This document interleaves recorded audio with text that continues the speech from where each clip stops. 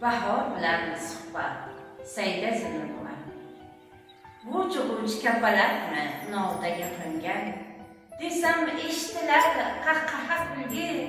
Ey shoir aftidan ko'zlaring tingan, g'uj-g'uj g'unchalarmiz, oq gullarmiz-ku. Yo'q, nega tanimaydi seni Gulbahor? Faqat qilmoqchiman husningga taqqos, ishqi ilhom berib ko'nglimga har on, yuftirlilar bilan tovlanganing rost.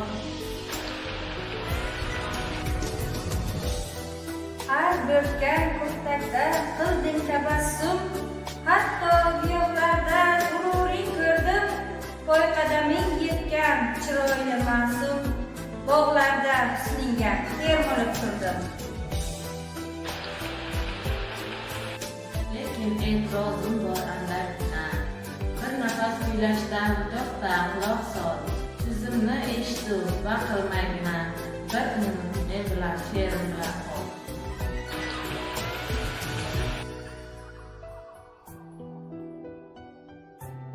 Senga atamayman she'rimni bu gal, unda maqtalmaydi g'unchalar labi, unda kuylanmaydi sendan da go'zal, sendan da qudratli insonning qalbi.